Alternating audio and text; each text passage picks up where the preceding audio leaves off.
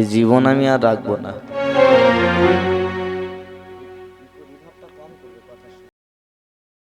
এই জীবন আমি শেষ করে দেবো।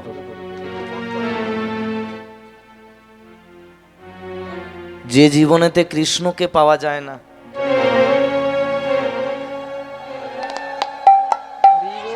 নিতাই গৌর প্রেমানন্দে হরি বল হরি বল। যে জীবনেতে কৃষ্ণকে পাওয়া যায় না সেই জীবন রেখে কোনো লাভ নেই।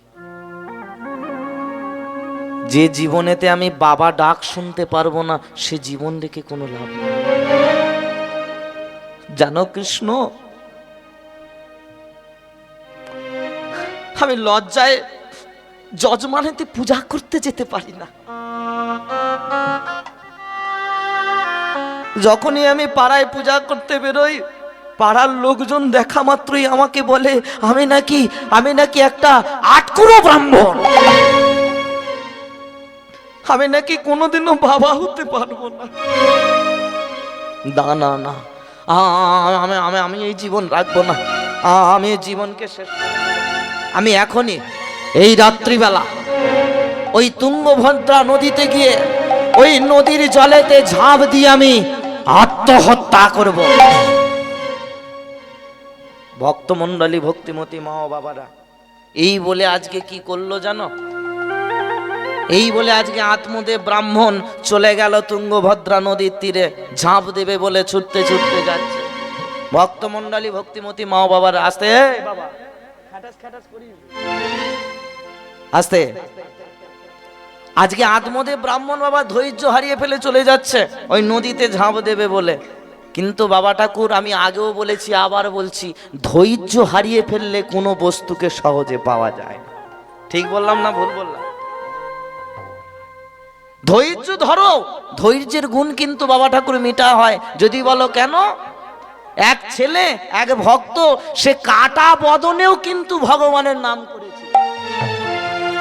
তার মুন্ডু কেটে দিয়েছিল ভগবান, কিন্তু সে কাটা বদনেও কৃষ্ণের নাম করেছিল। অবশেষে কৃষ্ণ না থাকতে পেরে তার মনের বাসনা পূর্ণ করেছিল। আর আমাদের তো 24 ঘন্টায় 5 মিনিট কৃষ্ণকে ডাকতে গেলে আমাদের নিতাই গৌর হরি বল, সে ধৈর্য আমাদের নাই। আচ্ছা, এই যে কাটা বদনের কথাটা বললাম, একটু ছোট্ট করে বলবো নাকি? এই যে কাটা বদনে হরিনাম করেছিল, এই ছেলেটা কে বলো তো? বলতে পারবে বাবা? একে পেয়ে যাবে তুমি মহাভারতের পাতায়। হরি হরি বল। আচ্ছা, আগে বলো তো দেখি, মহাভারতের যে কুরুক্ষেত্রের যুদ্ধ হয়েছিল, তাই তো? আচ্ছা, এই কুরুক্ষেত্রের যুদ্ধ কটা পক্ষে হয়েছিল? দুটো পক্ষে হয়েছিল। এক হলো কৌরব পক্ষ আর এক হলো পাণ্ডব পক্ষ। তাহলে এই যে ছেলেটার কথা বলছি, কাটা বদনে কৃষ্ণ নাম করলো, এ কোন পক্ষের ছেলে? এ হলো পাণ্ডবদের ছেলে ছিল। নাম কি? কার ছেলে? একটু মনোযোগ দিয়ে শোনো। ওই পঞ্চ পাণ্ডবদের দলে কারা ছিল? তারা 5 ভাই ছিল। 5 ভাইয়ের মধ্যে এক ভাইয়ের নাম ছিল ভীম। এই ভীমসেনের পুত্রের নাম কি ছিল? ঘটোৎকচ। আর এই ঘটোৎকচেরই পুত্র, যার মাথা ভগবান নিজে কেটে দিল, কাটা বদনেও সে কৃষ্ণ নাম করলো, তার নাম হলো বর্বরিক। কি নাম বললাম? যারা জানেন তাদের মনে রাখার দরকার নেই, যারা জানেননি, শোনেননি, তারা একটু মনে রাখবেন, বর্বরিক। আচ্ছা, আপনাদের এখানে একটা প্রশ্ন করি, ভগবান হয়ে বাবা ঠাকুর ভক্তের মাথা কাটতে পারে? কেন কাটলো? চলুন একটু ঘটনাটা মনোযোগ দিয়ে শুনি। কুরুক্ষেত্রের যুদ্ধ ঘোষণা হলো। যুদ্ধের ঠিক আগের দিন ভগবান কৃষ্ণ মনে মনে, আয় বাবা, আসতে বাবা। যুদ্ধের ঠিক আগের দিন ভগবান মনে মনে চিন্তা করছে, কাল থেকে তো যুদ্ধ, আজকে বরং এক কাজ করি, কুরুক্ষেত্রের মাঠটা আমি ভালো করে একবার ঘুরে দেখে আসি। এই বলে ভগবান চলেছে গো। আর ওদিকে সেই কৃষ্ণ ভক্ত বর্বরিক পাণ্ডবদের ছেলেটা, এ মনে মনে ভাবছে, আমিও তো কাল থেকে যুদ্ধ করব, আমিও তো কাল থেকে যুদ্ধ করতে যাব। তাহলে আস্তে তাহলে আমি বরং এক কাজ করি, তো আমি তো এই কুরুক্ষেত্রের মাঠটা কোথায় কেমন সে মাঠ আমি তো জানি না। আমি বরং এই বিকেলবেলায় এক কাজ করি, এই রথটাকে নিয়ে আমি এই কুরুক্ষেত্রের মাঠটা একবার ভালো করে ঘুরে দেখে আসি পজিশনটা কেমন আছে। এ ভক্তমণ্ডলী, এই বলে আজকে কি করলো, ওই বর্বরিক ওই বাবা কৃষ্ণ নামা গাইতে গাইতে চলেছে গো। কেমন করে? কৃষ্ণ বলে কৃষ্ণ বলে আজকে বর্বরিক বাবা যাচ্ছে মাঠ দেখতে কুরুক্ষেত্রের, আর ওদিকে ভগবান ওই রাস্তা দিয়ে যাচ্ছে বাবা কুরুক্ষেত্রের মাঠ দেখতে। ভগবান চলেছে গো, আহা বর্বরিক চলেছে, যার মুখে সদা কৃষ্ণ নাম। সবাই মিলে সবাই মিলে সবাই মিলে একটু অ্যান্টেনাটা সোজা করা যাবে? বর্বরিক শুধু যাবে কেন, আমরাও দুটো বাহু তুলে যাই। আর অ্যান্টেনা যত সোজা করবে ছবি তত পরিষ্কার হবে। হরি বল। চলো রে মন চলো রে মন বৃন্দাবনে, সবাই মিলে দুটি বাহু তুলে একসাথে করতালি, একটু অনুধ্বনি। হরি বল।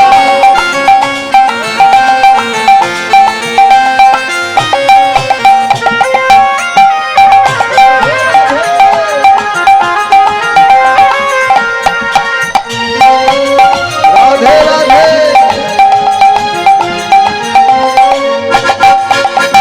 কৃষ্ণ বলে সবাই মিলে চলো চলে বৃন্দাবনে। কৃষ্ণ বলে বাহু তুলে চলো চলে বৃন্দাবনে। এ নামে নাই কোনো ক্লান্তি, চলো চলো এ নামে আছে শুধু চলো চলো এ নামে নাই কোনো ক্লান্তি। চলো, চলো, চলো, চলো। এ নামে আছে শুধু শান্তি। বলো বলো এ নামে খোঁড়া হেঁটে চলে, চলে চলে এ নামে বোবা কথা বলে। বলে বলে এ নামে খরা হেঁটে চলে। এ নামে বোবাই কথা বলে। তাই বদন ভরে এই নাম গাও, আমরা বদন ভরে নামে গাও। এ বদন ভরে এই নামে গাও। আমরা বদন ভরে নামে গাও। বলো না কৃষ্ণ কৃষ্ণ না।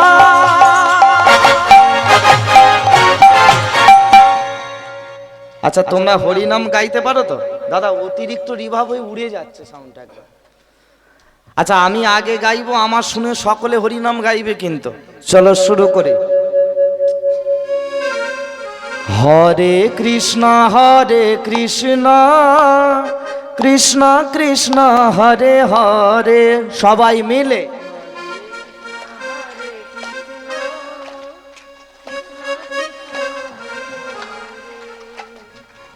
আস্তে আস্তে দাঁড়াও। আচ্ছা তোমাদের এই পাড়ায় শাশুড়ি বৌমা ঝগড়া টগড়া হয়? দেখবে শাশুড়ি বৌমা যখন ঝগড়া হয়, মানে বুড়ি শাশুড়ি মা যদি 220 হয়, বৌমা হয় 440, একদম ডবল পাওয়ার। হরি হরি বল। রাধে রাধে। না না, ঝগড়ার সময় যে গলার জোরটা বেরোয়, ওটা যদি হরিনাম গাওয়ার সময় বেরোয়, তাতে লাভ হবে না লস হবে বাবা? লস হবে লস। লস হবে লাভ হবে? আচ্ছা চলো সবাই মিলে জোর করে গাই দেখি। হরে রাম রাম রাম হরে হরে।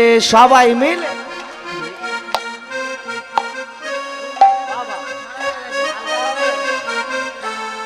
বাহ। এবার দুটি বাহু তোলো দেখি সবাই, সবাই মিলে দুটি বাহু তোলো। এবার হেলে দুলে গাইবো কেমন? হরে কৃষ্ণ কৃষ্ণ কৃষ্ণ কৃষ্ণ হরে হরে। সবাই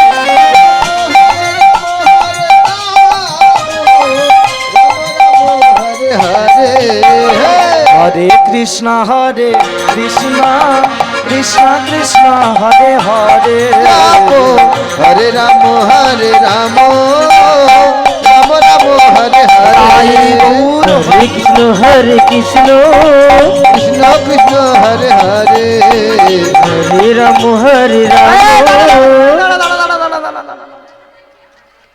কে রে এটা? দাঁড়া দাঁড়া দাঁড়া দাঁড়া।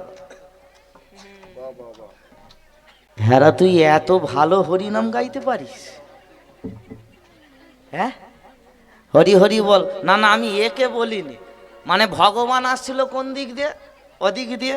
আর বর্বরিক যাচ্ছিল কোন দিক দিয়ে? এই দিক দিয়ে। দাদা বেশটা দাও, সাউন্ডটা তুমি কায়দা করতে গিয়ে পুরো ঘেটে গেল একদম।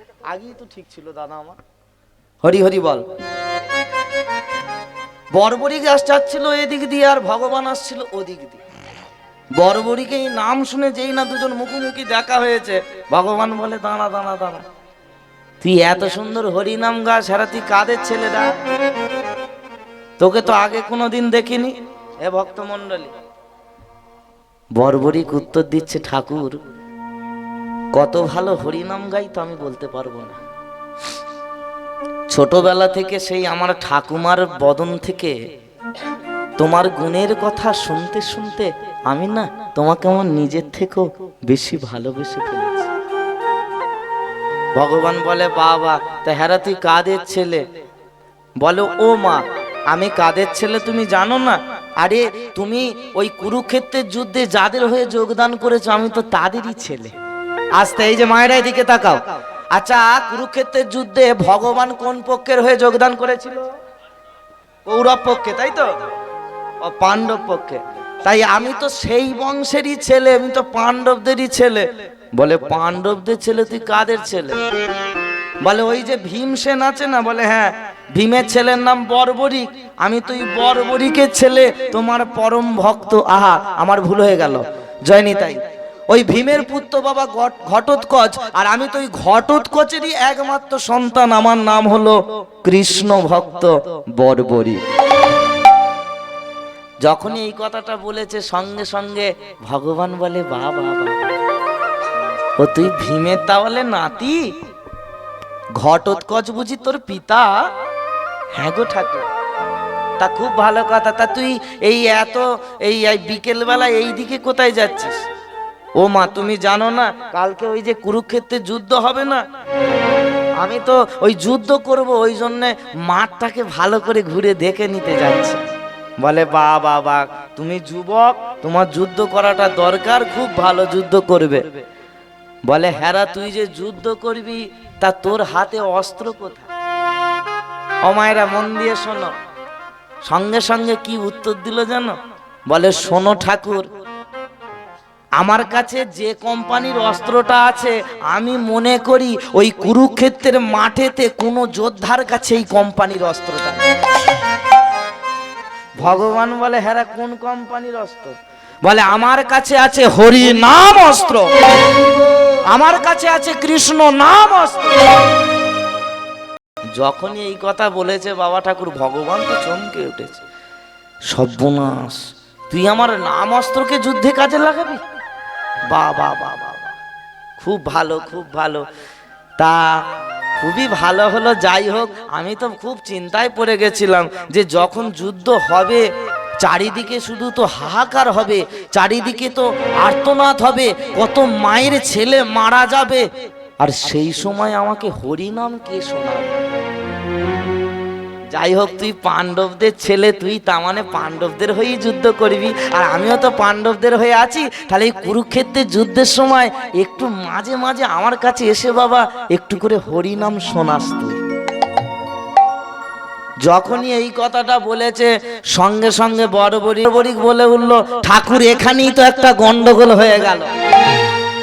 বলছে কেন? বলে আমি তো পাণ্ডবদের হয়ে যুদ্ধ করব না। বলে তুই পাণ্ডবদের হয়ে যুদ্ধ করবি না মানে? তুই পাণ্ডব বংশের ছেলে, তো তুই কাদের হয়ে যুদ্ধ করবি? বলে ঠাকুর আমি কৌরব পক্ষের হয়ে যুদ্ধ করব না, অসম্ভব। এ তুই কি বলছিস? ছি ছি ছি ছি ছি ছি,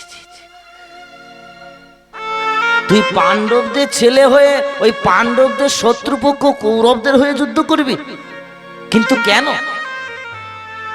বর্বরিক তখন বলে উঠল যে ঠাকুর, আমার মা আমাকে একটা শিক্ষা দিয়েছে যে বাবা রাস্তায় যেতে যেতে যদি দেখিস যে সবলরা দুর্বলদেরকে আঘাত করছে।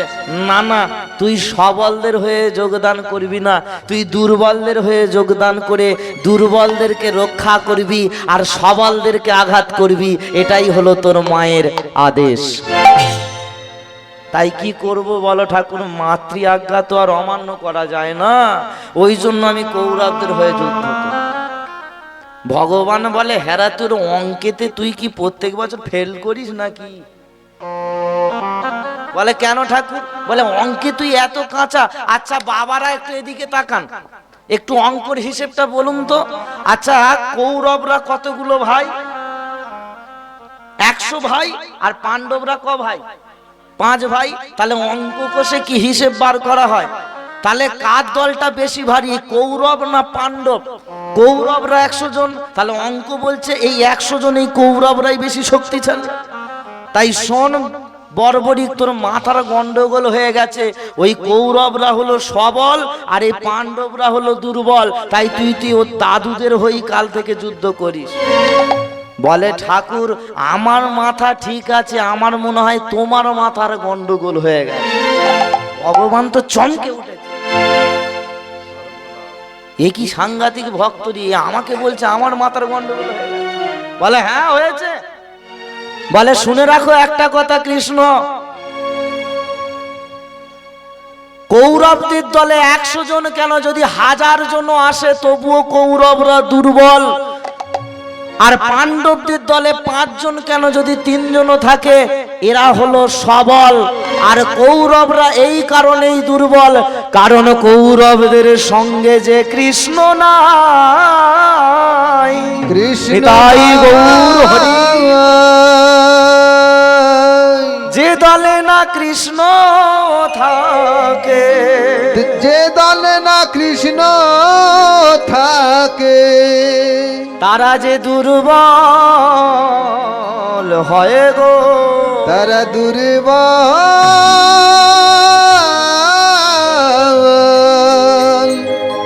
দুর্বল হয় গো।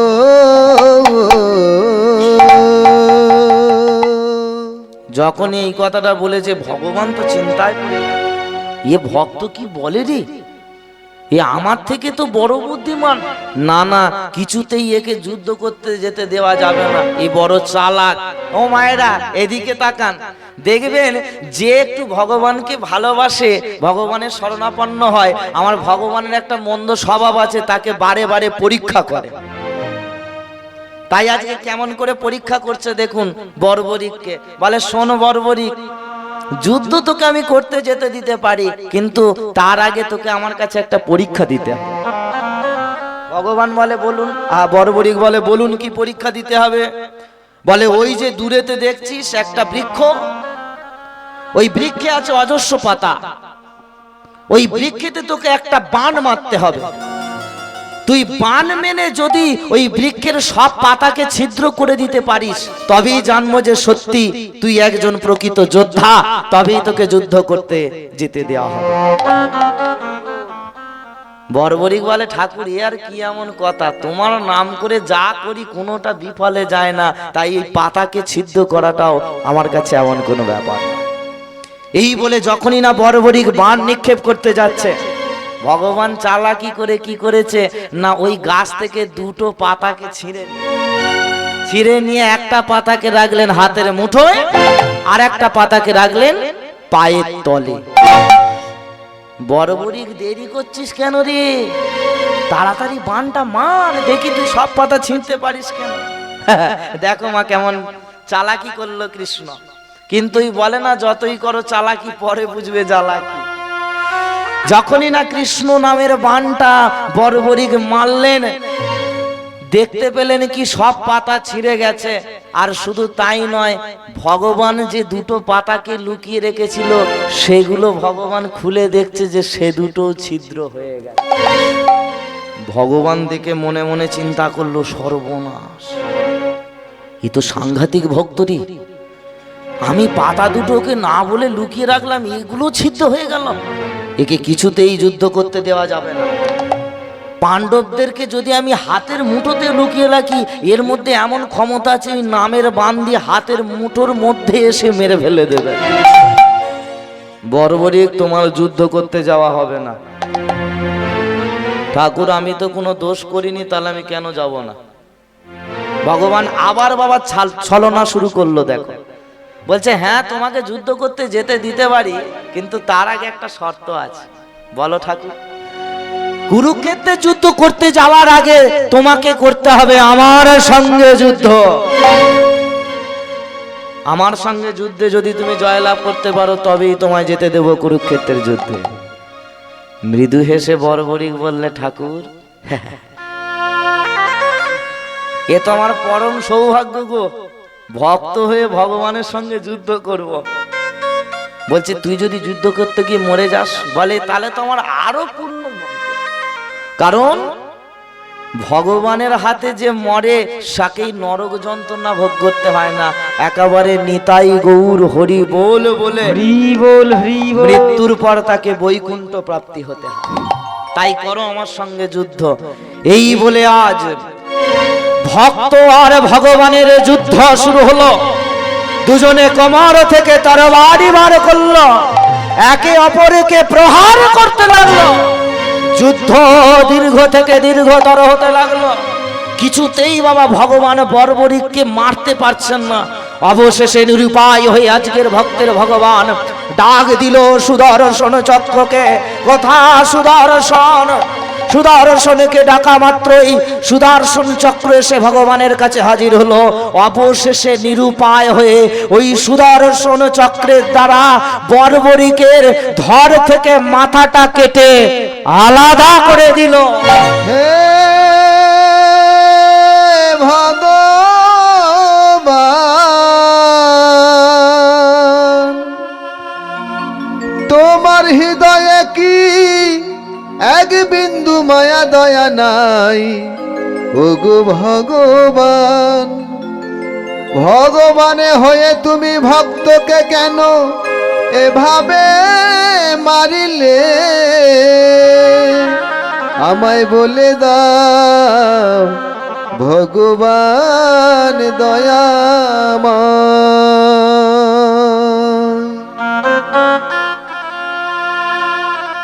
বর্বরিকের মুন্ডুটা কেটে এক পাশেতে পড়ে আছে, ধরটা আরেক পাশে পড়ে বাবা থর থর করে কাঁপছে। ভক্তের ভক্তিটা কেমন দেখুন, মুন্ডুটা তার এক পাশে কেটে পড়ে আছে, ওই কাটা বদনেতে যতটুকু প্রাণ আছে, মৃদু মৃদু বদনে শুধু একটাই কথা বলছে, কৃষ্ণ কৃষ্ণ কৃষ্ণ। হে ভক্ত মন্ডলী, এতক্ষণ ভগবানের কাছে ভক্ত কাঁদছিল। ভক্তের এমন ভক্তি দেখে আজকে ভগবান কেঁদে ফেলেছে।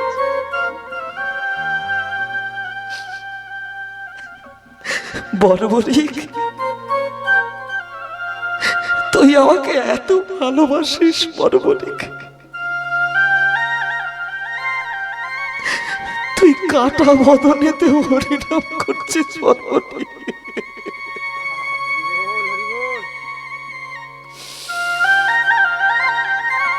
বদনটা কেটে আছে, ওই বদনেতে একটাই কথা বলছে, ঠাকুর তোমার নাম করব না তো কার নাম করব? তুমি ফোটা বলে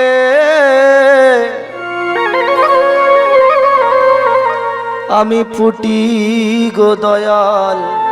হরি বল, হরি বল, হরি বল। তুমি চলাও বলে চলি, তুমি ফোটা বলে ফুটি গো দয়াল, তুমি চলাও বলে চলি।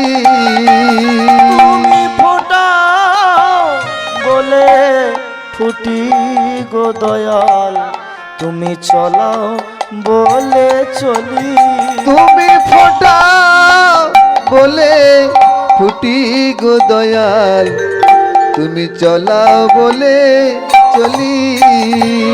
তুমি হাসা বলে হাসি আমি, তুমি হাসা বলে হাসি আমি, তুমি হাসা বলে হাসি প্রভু আমি, তুমি হাসা বলে হাসি আমি, তুমি কাঁদা বলে কাঁদি। তুমি ফোটা বলে উলুধ্বনি দয়া, হরি বল। তুমি চলা বলে চলি। তুমি ফোটা বলে ফুটি গো দয়াল, চল বলে চলি। তুমি ফোটা বলে ফুটি গো দয়াল, চলা বলে চলি। বর্বরিক, সত্যি আজকে তোর ভক্তিটা আমি সন্তুষ্ট হয়ে গেছি। তোর মুন্ডুটা আমি কেটে দিলাম, সেই কাটা বদনে তুই আমার নাম করে গেলি, কাটা বদনে আমায় ভালোবেসে গেলি। বল বর্বরিক, তুই আমার থেকে কি চাস? বর্বরিক তখন বলল যে ঠাকুর, আমি তোমার থেকে কিছু চাই না, কৃপা করে শুধু তুমি আমার এই কাটা বদনে একটু প্রাণ রেখো, আর আমার এই নয়ন দুটো একটু দৃষ্টি রেখো, আর আমাকে তুমি কৃপা করো। আমার তো এই কুরুক্ষেত্রে যুদ্ধ করার বড় ইচ্ছে ছিল, সেটা তো পারলাম না, আমাকে এই আশীর্বাদ করো, এই কাটা মুন্ডুতে যেন এই 18 দিন ব্যাপী ওই কুরুক্ষেত্রের যুদ্ধটা আমি নিজে চোখে দর্শন করতে পারি। হরি বল। ভক্তের ভগবান ভক্তিতে সন্তুষ্ট হয়ে গিয়ে ওই কাটা মুন্ডুটায় প্রাণ দিল, দিয়ে নিয়ে চলে গেল কুরুক্ষেত্রে মাঠে। নিয়ে গিয়ে বলল, এই নে বর্বরিক, তোর এই কাটা মুন্ডুটাকে আমি এই বৃক্ষের ওপর আমি ঝুলিয়ে দিলাম, তোর ওই দুটো নয়নে আমি দিব্য দৃষ্টি দিলাম, যতদিন যুদ্ধ হবে তুই কাটা মণ্ডিত ওই গাছের ডালেতে ওই কুরুক্ষেত্রের যুদ্ধ দর্শন করবি, আর তুই এই কুরুক্ষেত্রের যুদ্ধের একমাত্র সাক্ষী হবি কৃষ্ণ ভক্ত বর্বরিক। তাই গৌর হরি। হে ভক্ত মণ্ডলী, আজকে কাটা বদনে হরিনাম করলো, কৃষ্ণের কৃপা পেয়ে গেল, ধৈর্য ধরে তাকে ডাকলো, ভগবানের করুণা হয়ে গেল। কিন্তু আজকে এই আত্মদেব ব্রাহ্মণ, এর তো বাবা ধৈর্য নেই, এর ধৈর্য নেই। এ মনে মনে চিন্তা করলো যে আমি আত্মহত্যা করে জীবনটা শেষ করে দেব। এই বলে আজকে আত্মদেব ব্রাহ্মণ রাতের অন্ধকারেতে ওই রাতের অন্ধকারেতে ওই তুঙ্গভদ্রা নদী তীরেতে ঝাঁপ দেবে বলে ছুটতে ছুটতে চলে যাচ্ছেন। আর যখন ছুটতে ছুটতে চলে যাচ্ছেন, তখন বাবা এই গভীর জঙ্গলেতে যখন প্রবেশ করেছেন, তখন হঠাৎ করে তাকে পিছন থেকে কে যেন ডেকে উঠল, রুক যাও বেটা, রুক যাও। একে কে আমাকে পিছন থেকে ডাকলো? পিছন থেকে আমাকে কে ডাকলো? ভক্তমণ্ডলী, ভক্তিমতী মা বাবারা ব্রাহ্মণকে দাঁড় করিয়ে দিল। যেই না এবার ব্রাহ্মণ ওই আত্মদেব পিছন দিকে তাকালো, সে দৃশ্য দেখা মাত্রই আজকে আত্মদেব চমকে উঠেছে। কি দেখতে পেল জানো? ওই জঙ্গলের মধ্যে, ওই জঙ্গলেরই মাঝারে কতগুলি সাধু করে কৃষ্ণের ভজন। কৃষ্ণেরই ভজন, সেই ভজন শুনে আত্মদেবে যেন আজ আনন্দিত মন। বড় আনন্দিত ও মায়েরা, যেই না আত্মদেব ওই জঙ্গলে পিছন দিকে তাকালো, দেখতে পেল ওই রাতের অন্ধকারে কতগুলো সাধুজি, কতগুলো বাবাজি, তারা একসঙ্গে গোল করে ঘিরে দাঁড়িয়েছে, আর তারাই ভগবানের জপ করছে, ভগবানের সাধনা করছে, ভগবানের ভজন করছে, আর নিত্য গীত করছে। তাই চলুন, আজকে শুধুই সাধুজিরা নয়, আজকে আত্মদেব বাবা তাদের সঙ্গে নৃত্য করতে শুরু করলো। এই বৃন্দাবনে রাধে রাধে রাধে এই ত্রিভুবনে বেশ বেশ আমাদের কৃষ্ণই হলো ভগবান। ভগবান কত পাপী তাপী আচ্ছা আচ্ছা উদ্ধারিতে বেশ বেশ এলো রে এই ধরাধাম। হরিব। চলুন আজকে শুধু সাধুজিরা নয়, ব্রাহ্মণ নয়, আজকে আমরাও যে কালে এই সুযোগটা পেয়েছি ঠান্ডায়, আপনাদের সত্যি ধন্যবাদ যে আপনারা এত কষ্ট করে এই ঠান্ডার মধ্যে বসে আজ হরিনাম গুণকীর্তন আস্বাদন করছে। তবে গোবিন্দকে জানাই আপনাদের এই কষ্ট যেন না বিফলে যায়, তিনি যেন সবার মঙ্গল করে, আপনাদের যেন পরিবারের মঙ্গল হয়, আপনাদের যেন সবার যেন মঙ্গল হয়। তাই সবাই মিলে দুটি বাহু তুলে একসঙ্গে গাইব। চলুন সবাই মিলে একসঙ্গে। জপ হরে কৃষ্ণ নাম তোমরা গাও অবিরাম। জপ হরে কৃষ্ণ নাম তোমরা গাবিরাম। এই বৃন্দাবনে এই ত্রিভুবনে রাধে কৃষ্ণ হলো ভগবান।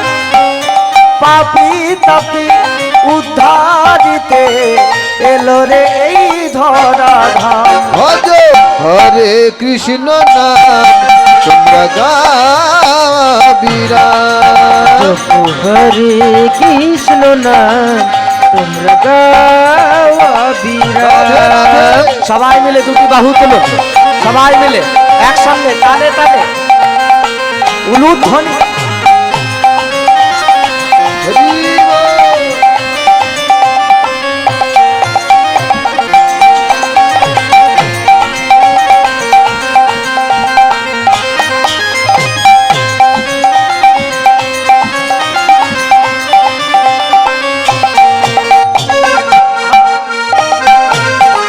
রাধে রাধে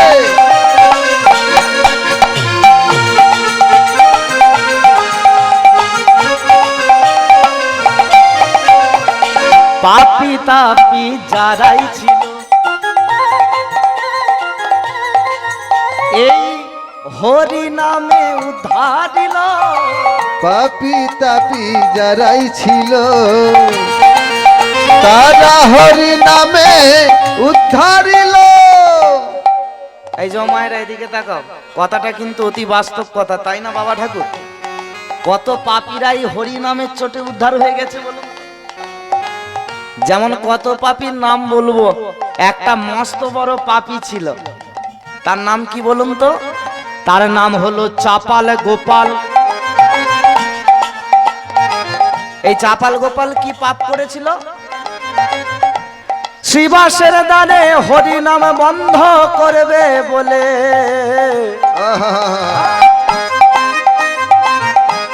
কি গো বাবা কি করেছিল? ওই দাঁড়েতে একটা পাঁঠার মাথা ঝোলালো।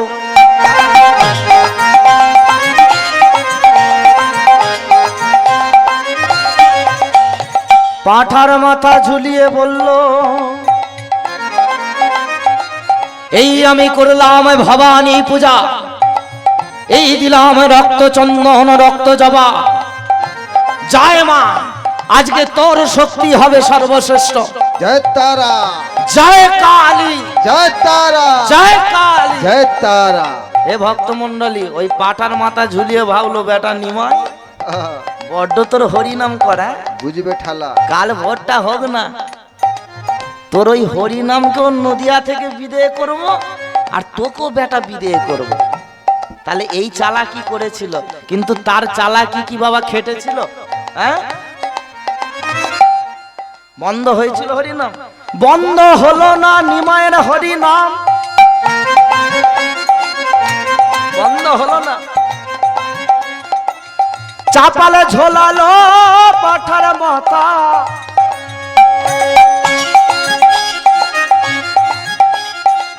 অবশেষে কি হলো? কি হয়েছিল চাপালের অবস্থাটা? সারা শরীরে কুষ্ঠ রোগ হয়ে চাপালে সে যে পেল অশেষ ব্যথা,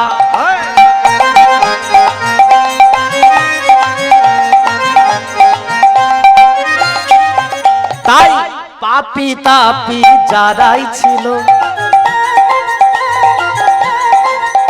এই হরি নামে উদ্ধার দিল। পাপি তাপি যারাই ছিল হরি নামে উদ্ধার দিল। ভজ কৃষ্ণ নাম গাওয়া বিরাম, নামেতে আছেন ভগবান। ভজ সবাই মিলে হরে দুটি কৃষ্ণ বাহু তুলে। নাম তোমরা গাও বিরাম।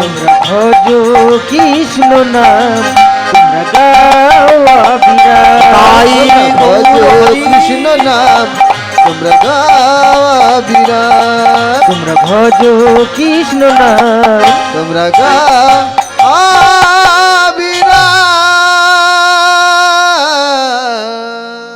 বলি একবার জগন্নাথ দেব কি, জয় বলভদ্র জিউ কি, জয় সুভদ্রা মাই কি। জয়। কিন্তু এত রাতে তুমি ওখানে, ব্যাপারটা কি? তাই তো নয় রে। এত রাত্রিবেলা এখানে কি করছো? তোকে আমি বলিও নি। কত হাসি দেখো না, ও আবার পাশেরটাকে বলছে হেসে, আমাকে বলছে দেখ। হে ভক্তমন্ডলী, আসতে আত্মদেব ব্রাহ্মণকে ওই সাধুজিরা আজকে ডেকে নিয়ে এলো।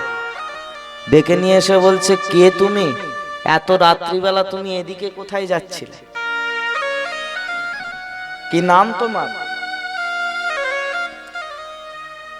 ব্রাহ্মণ তখন উত্তর দিলেন, সাধুজি আমার নাম আত্মদেব, আমি জাতিতে ব্রাহ্মণ। বাহ বাহ বাহ, খুব সুন্দর, ব্রাহ্মণের সন্তান তুমি। তা ওই দিকেতে তুমি কোথায় যাচ্ছিলে এত রাত্রিবেলা? ঠাকুর, আমি তুঙ্গভদ্রার নদীতে ঝাঁপ দিয়ে আত্মহত্যা করতে যাচ্ছি। লজ্জা করে না তোমার? ছি ছি ছি ছি ছি। এই তুমি ব্রাহ্মণ সন্তান? তুমি কি জানো না আত্মহত্যা মহাপাপ?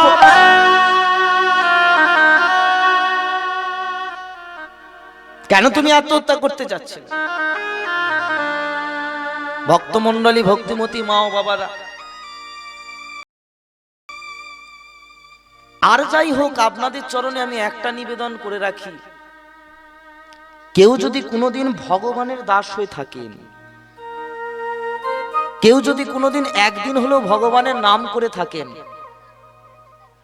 একদিন হলেও ভগবানের পূজা করে থাকেন, সব সিদ্ধান্ত নেবেন, কিন্তু এমন সিদ্ধান্ত কোনোদিন নেবেন না, যতই আপনার জীবনে কষ্ট আসুক, যতই আঘাত আসুক, যতই দুঃখ আসুক, আত্মহত্যা করার সিদ্ধান্ত নিতে নেই। একটা কথা জেনে রাখবেন, 84 লক্ষ জনই ভ্রমণ করে সাধের মানব জন্ম। কত কোটি জন্ম সৌভাগ্য করলে তারপর তার মানব জন্ম হয় বাবা।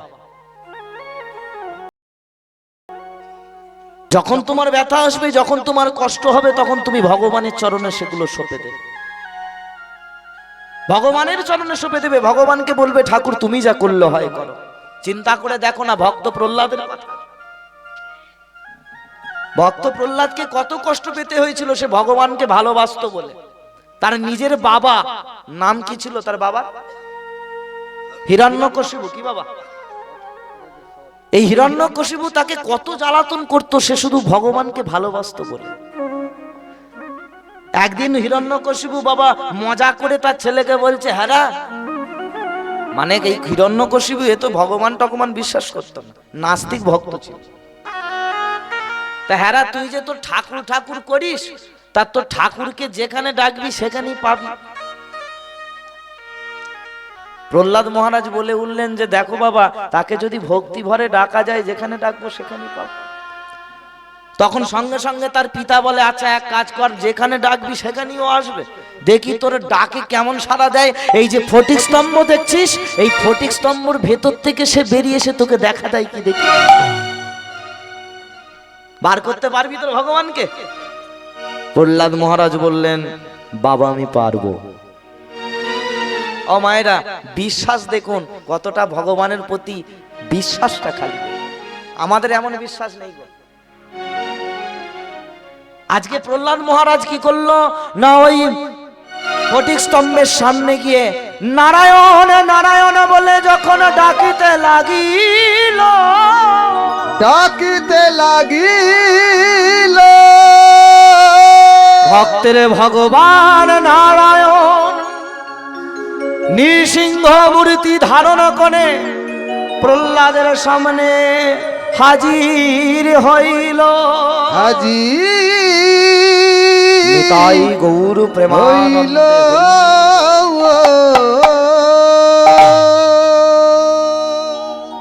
আর একটা কথা জেনে রাখবেন, ভগবান সব সহ্য করতে পারে, দুটো জিনিস সহ্য করতে পারে না। কি বলো তো বাবা? এক হলো ভক্তের চোখের জল, আর এক হলো ভক্তের অহংকার। ভক্তের চোখের জল না সহ্য করতে পেরে প্রহ্লাদের ডাকে সাড়া দিল, আর এই অহংকারী দস্যু হিরণ্যকশিপুর কাছে গিয়ে তার অহংকার চূর্ণ করার জন্য ওই নৃসিংহ মূর্তি, অর্থাৎ নৃসিংহ, ভালো করে বুঝবেন, অর্থাৎ নরসিংহ। বদনটা ছিল সিংহর মতো আর শরীরটা ছিল নর, অর্থাৎ মানুষের মতো। সেই দেহ ধারণ করে ভগবান ওই হিরণ্যকশিপুকে তার জানুতে রেখে নৃশংসভাবে তার নারী ভুঁড়ি বাবা বার করে তাকে হত্যা করে দিল। এই দেখেন বাবা ঠাকুর, এখানে আমার একটা তত্ত্ব ভালো এসে গেল, বলবো না বাদ দিয়ে দেবো। ওই হিরণ্যকশিপুকে যখন বাবা নারী ভুঁড়ি বাবা বার করে দিল, আর ওই নারী ভুঁড়িগুলো যখন মাটিতে পড়ে গেল, ওই নারী ভুঁড়ি থেকে বাবা একটা শাক জন্ম নিল, যেটা বাঙালির খুব প্রিয় শাক। শাকটার নাম কি? হ্যাঁ, শাকটার নাম হলো লতানে শাকটা, যার নাম হলো পুঁই শাক। এই হিরণ্যকশিপুর বাবা নারী ভুঁড়ি থেকে জন্মগ্রহণ করলো পুঁই শাক। ওই জন্য দেখবেন যে মহোৎসব বাড়িতে বা বারোয়ারি হরিবাসরে যখন খিচুড়ি প্রসাদ হয়, বলা হচ্ছে একদিকে যে পুঁই শাক আঁশ, কি গো মা, তাই না? কিন্তু আঁশ হলেও বাবা খিচুড়ি ভোগেতে এটা দিয়ে দেয়, দেয় না? তাহলে তখন কি আঁশ হয় না? বলছেন ভগবানের উচ্ছিষ্ট করা যেটা প্রসাদ হয়, মানে নারী ভুঁড়িগুলো দেখবেন যাদের বাড়িতে নৃসিংহ ছবি আছে, দেখবেন ওই হিরণ্যকশিপুর নারী ভুঁড়িগুলোকে ভগবান এইভাবে ভক্ষণ করছে। কি বাবা, তাই না? ভগবানের উচ্ছিষ্ট যেটা হয় সেটা যতই আসো, তবুও গোবিন্দের সেবা ভক্ত সেবায় লাগানো যায়। হরি বল হরি বল। ওই জন্য পুঁই শাক আঁশ হলেও ভক্ত সেবায় লাগানো যায়। প্রেম সে বলো রাধে রাধে। জোর সে বলো আরো জোরে রাধে রাধে। তো যাই হোক, আত্মদেবকে বলছে, হ্যাঁ গো, তুমি যে আত্মহত্যা করতে যাচ্ছ, তো কিসের জন্য আত্মহত্যা করছো? সাধুজি, আমি কেন আত্মহত্যা করছি জানো? আমি যে আমার আপন মানুষকে খুঁজে বেড়াচ্ছি গো সাধুজি। আমার আপন মানুষকে আমি বহুদিন ধরে খুঁজে বেড়াচ্ছি, কিন্তু জানো সাধুজি, সে যে আমার কাছে ধরা দেয় না, সে যে আমার ডাকেতে সাড়া দেয় না। ওই জন্যই তো আমি আত্মহত্যা করে প্রাণ বিসর্জন দিতে যাচ্ছি। আহা, কি সুন্দর কথা! দেখো, আপন মানুষকে আমি খুঁজে বেড়াচ্ছি। এই পরিপ্রেক্ষিতে একটা সুন্দর গান মনে পড়লো, গানটা বাবা ছোট্ট করে গাইবো। এটি একটি নজরুল গীতি সঙ্গীত। কত সুন্দর কথা, কত সুন্দর সুর দেখুন। সাধুজিরা ব্রাহ্মণকে জিজ্ঞেস করছে, কে তোর আপন মানুষ? ব্রাহ্মণ, কে তোমার আপন মানুষ? ঠাকুর, আমার আপনার আপন যে জন খুঁজি তারে আমি আপনার। আমার আপনার যে আপন যে জন খুঁজি তারে আমি আপনার। এই গানটি কার রচনা বলুন তো? কাজী নজরুল ইসলাম, নজরুল গীতি যাকে বলা হয়। তাহলে চিন্তা করুন, এ কিন্তু হিন্দু ছিল না বাবা, জাতিতে কি ছিল? মুসলমান। মুসলমান ঘরের ছেলে হয়ে আমার ভগবানকে উদ্দেশ্য করে কি সুন্দর সুন্দর কথা দিয়ে সুন্দর সুরে গান লিখে গেল গো। আর আমরা বাবা হিন্দু সনাতন ধর্মের মানুষ হয়ে আজকে আমরা পারলাম। আমার আপনার চেয়ে আপন যে জন খুঁজি তারে আমি আপনা। আমার আপনার যে আপন যে জন খুঁজি তারে আমি আপনার। আমি শুনি যেন তার চরণের ধ্বনি, আমি শুনি যেন তার চরণের ধ্বনি। আমি শুনি যেন তার চরণের ধ্বনি, আমি শুনি যেন তার চরণের ধ্বনি। আমারও প্রিয়াসী বাসনা, আমার আপনার যে আপন যে জন খুঁজি তারে আমি আপনার। আমার আপনার যে আপন যে জন খুঁজি তারে আমি আপনার।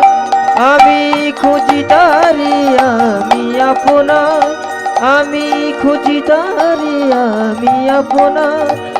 আমি খুঁজি তারে আমি আপনার।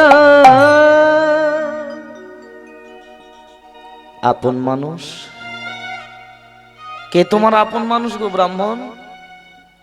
আত্মদেব তখন বলে উঠলেন, সাধুজি ও যে শুধু আমার একার আপনজন নয়, ও যে এ জগতে সবার আপনজন, ও যে এ জগতে সবার আপনজন, ও আর অন্য কেউ নয়, ও হলো ওই বিপদ ভঞ্জন মধুসূদন। ও কৃষ্ণকে তুমি পাওনি বলে ওই জন্য মরতে যাচ্ছ? তা হ্যাঁ গো, কৃষ্ণকে তো এমনি এমনি কেউ ডাকে না, ভগবানকে ডাকে মানুষ, সেটা স্বার্থের জন্যই ডাকে। কি বাবা, তাহলে তুমি কোন স্বার্থের জন্য তাকে ডাকছিলে? বলে, যেন সাধুজি এত বছর আমাদের বিবাহ হয়েছে, আমাদের কোনো সন্তান নেই, তাই একটা সন্তান আমি অনেক দিন থেকে ঠাকুরের কাছ থেকে চাইছি, কিন্তু ঠাকুর আমাকে দেয় না। ওই জন্যই তো এই দুঃখে এই বেদনায় আমি ওই নদীতে ঝাঁপ দিয়ে মরতে যাচ্ছি। মৃদু হেসে সাধুজিরা বলে উঠল, আচ্ছা আচ্ছা আচ্ছা, ছেলে পাওনি বলে ওই জন্য তুমি মরতে যাচ্ছিলে? কোন ছেলের জন্য তুমি মরতে যাচ্ছিলে ব্রাহ্মণ? যে ছেলেরা বড় হয়ে শুধু বাবা মাকে যন্ত্রণা দিতে পারে। কোন ছেলের জন্য তুমি আত্মহত্যা করতে যাচ্ছিলে? যে ছেলে বড় হয়ে বিবাহের পর বাবা মাকে আলাদা করে দিতে পারে। কোন ছেলের জন্য তুমি মরতে যাচ্ছিলে? যে ছেলে বড় হয়ে বাবা মাকে বৃদ্ধাশ্রমে পাঠাতে পারে। চেও না আত্মদেব, ছেলের কামনা কখনো ভগবানের কাছে করো। অন্য কিছু চেয়ে নাও, ঠাকুরের কাছ থেকে অন্য কিছু চাও, অন্য কিছু চাও। ছেলে চেও না, ছেলেতে সুখ নাই গো। ভক্তমন্ডলী, ভক্তিমতী মা ও বাবারা, কথাটা কিন্তু একদম অতি বাস্তব কথা, তাই না? একটু বিচার করে দেখবেন মা, এই জগতে বাবা ছেলে নিয়ে কতজন বাবা মা সুখে থাকে গো।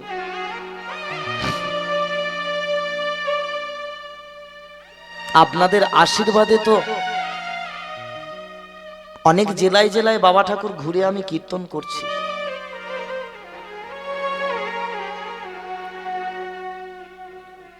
একটা ছেলেকে একটা বাবা মা কত কষ্ট করে বড় করে তোলে, নিজেরা না খেয়ে নিজেরা না পড়ে ছেলেটাকে পড়ায়, ছেলেটাকে মানুষ করে, কিন্তু সেই ছেলেটাই বড় হয়ে বাবা মায়ের একমাত্র ঠিকানা করে বৃদ্ধাশ্রম। এই ভক্তমণ্ডলী, এগুলো কিন্তু আমার কোনো বানানো কথা নয় বাবা। আমি একটু বাস্তব নিয়ে বাবা কীর্তন করতে ভালোবাসি। হে ভক্তমণ্ডলী, একটা কথা দেখবেন, আজকে বহু বহু জেলায় দেখা যাচ্ছে যে শতপুত্রের জননী হয়ে এক মুঠো ভাতের জন্য হতভাগী মা লোকের দাঁড়ে দাঁড়েতে ভিক্ষা করে বেড়ায়। আর হরিবাসরে এই কথাগুলো এই কারণে আমি বলি, কারণ মানুষের চেতনাটা বাবা ঠাকুর দিনের পর দিন ঘুমিয়ে পড়ছে। একটা কথা জেনে রাখবে মা, নিজেকে শুধু মানুষ বলে বড়াই করলে কিন্তু মানুষ হওয়া যায় না। তবেই তাকে মানুষ বলে যদি তার থাকে জ্ঞানের চেতনা। আর সেই জ্ঞানটাই তো আজকে আমাদের নেই, সেই বৈরাগ্যটাই তো আজকে আমাদের নেই। যদি সেই জ্ঞান থাকতো তাহলে বাবা মাকে এমন করে আমরা কষ্ট দিতে পারতাম না, এমন করে আমরা চোখের জল ফেলাতে পারতাম না।